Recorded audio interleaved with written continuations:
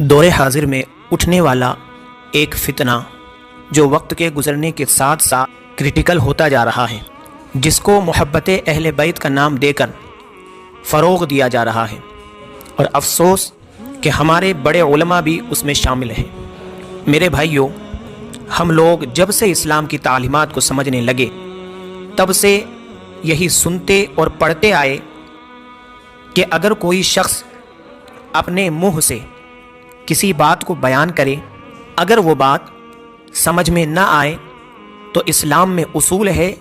کہ متکلم یعنی جس نے وہ بات کہی اس کو یہ حق حاصل ہے کہ وہ اپنی بات کو دوبارہ وضاحت کے ساتھ پیش کرے، اور سننے والوں پر یہ ضروری ہے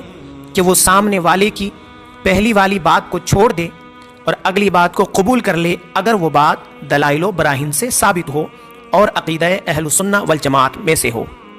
اسی کے تحت زیادہ نہیں، کچھ ہی دن پہلے ایک فتنہ کھڑا کرنے کی کوشش کی گئی تھی۔ سید مظفر حسین شاہ صاحب قبلہ اللہ سبحانہ و تعالیٰ ان کی حفاظت فرمائے روافض سے، آپ کے خلاف ایک فتنہ کھڑا کرنے کی کوشش کی گئی تھی کہ جب آپ ایک بیان کے دوران کہتے ہیں کہ یزید پر ڈائریکٹ لعنت نہیں کی جائے گی، تو لوگوں نے اس کو اس طرح سے فتنے میں تبدیل کیا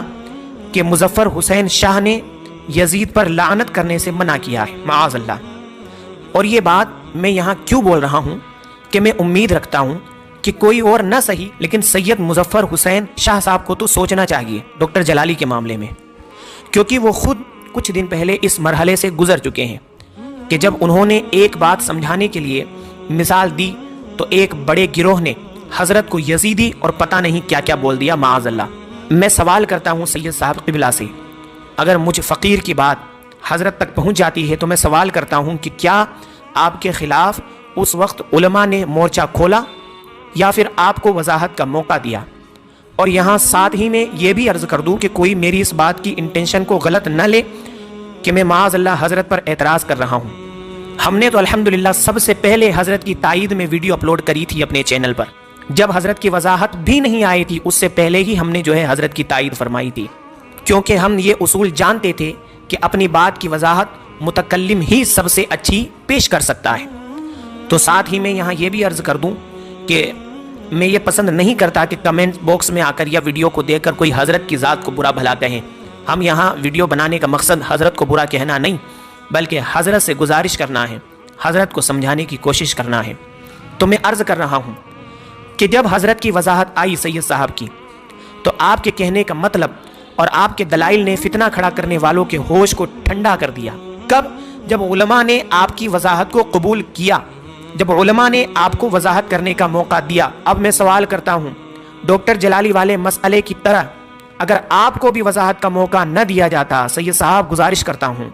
کہ آپ کو بھی اگر وضاحت کا موقع نہ دیا جاتا تو کیا وہ معاملہ فتنے میں تبدیل نہ ہوتا؟ بالکل ہوتا، لیکن وضاحت کا موقع دیا گیا۔ لیکن افسوس آپ خود اپنے اصولوں کو بھول بیٹھے۔ ڈاکٹر جلالی وضاحت پر وضاحت پیش کر رہے ہیں، لیکن آپ لوگ ایک بات پر اڑ گئے کہ پہلے رجوع کرو، باقی سب باتیں بعد میں۔ اور اسی دوران آپ نے حضور محدث کبیر کو بھی نصیحت کر دی، جن کے علم کو دیکھ کر آپ آنکھیں بند کر کے ان کی بات کو مانتے تھے، آج انہی پر آپ نے تنقید کر دی۔ اے کاش حضور اس وقت آپ کے ساتھ ایسا معاملہ ہو جاتا تو آپ کو پتہ چلتا کہ اصولوں کے خلاف ورزی کرنے سے امت کیسے بٹ جاتی ہے۔ لیکن چونکہ آپ بڑے ہیں، سید ہونے کا شرف آپ کو حاصل ہے، تو آپ محدث کبیر پر تنقید کر دے، آپ کو کون منع کر سکتا ہے؟ لیکن سیدی وہ مرتبہ کیسا، وہ سیادت کس کام کی جو امت میں ایک بڑے فتنے کو بڑھانے میں شامل ہو؟ میرے سرکار، آپ تو اس مرحلے سے گزر چکے تھے، تو آپ کو تو کم سے کم ڈاکٹر جلالی کی وضاحت کو قبول کرنا چاہیے تھا۔ اور میں تو کہتا ہوں ڈاکٹر جلالی کو چھوڑے، ان بزرگوں کی ذرا سوچ لیتے حضرت، جنہوں نے اپنی کتابوں میں اجتہاد، خطا، لغزش وغیرہ کے الفاظ اہل بیت اطہار کے لیے لکھے ہیں۔ صرف یہ کہنے سے کام تھوڑی چلے گا حضرت کہ یہ تو 100-150 سال پرانے ہیں، ان کی بات نہ کرو، سلف کی بات کرو۔ باقی چھوڑیں، پیر مہر علی شاہ رحمہ اللہ تعالیٰ کی کتاب کو ہی صحیح سے پڑھ لے، جس میں پیر صاحب نے مولا کائنات مولا علی کرم اللہ تعالی وجہہ الکریم کے لیے لغزش کے جملے لکھے ہیں، اور مجھے بتانے کی ضرورت نہیں کہ یہ خطائے اجتہادی سے سخت جملے ہیں یا نرم جملے ہیں، آپ بہتر جانتے ہیں۔ تو حضرت ہر لفظ کو اس کی منشا، اس کا ادا کرنے کا موقع محل کس ضمن میں پیش کیا، یہ سب دیکھے بغیر صرف گستاخی کا فتویٰ ٹھوک دیں گے تو پھر تو ہم سمجھتے ہیں کہ اس گستاخی سے نہ تو پیر مہر علی شاہ بچ سکے ہیں، نہ ہی امت کا کوئی امام بچ سکا ہے۔ باقی آپ ہوش کے ناخن لے حضرت، ہماری اوقات نہیں کہ آپ سے کچھ بولے سوائے تنبیہ اور گزارش کرنے کے۔ آپ آل رسول ہیں، ہم آپ کا ادب کرتے ہیں اور ادب کرتے رہیں گے انشاءاللہ، آپ ہمارے سروں کے تاج ہیں۔ لیکن حضرت آج سنیت کو بچانے کا وقت ہے، آپ میدان میں آئیں اور حق کا ساتھ دے۔ جس طریقے سے علماء اہل سنت نے آپ کو وضاحت کا موقع دیا تھا اور آپ کی وضاحت کو دلائل و براہین کے بعد قبول کیا تھا کہ اگر آج میں غلط ہو گیا تو فقہ حنفی کا ہر وہ شخص غلط ہو جائے گا جس نے یہ مسئلہ لکھا یزید کے بارے میں، تو آج آپ یہاں غور کریں کہ آج اگر ڈاکٹر جلالی غلط ہوتے ہیں تو ہر وہ شخص غلط ہو جائے گا جس نے یہ مسئلہ لکھا۔ باقی حضرت اس سے زیادہ ہم کچھ نہیں کہہ سکتے، دعا ہی کر سکتے ہیں کہ اللہ سبحانہ و تعالی سبھی کو حق سمجھنے کی توفیق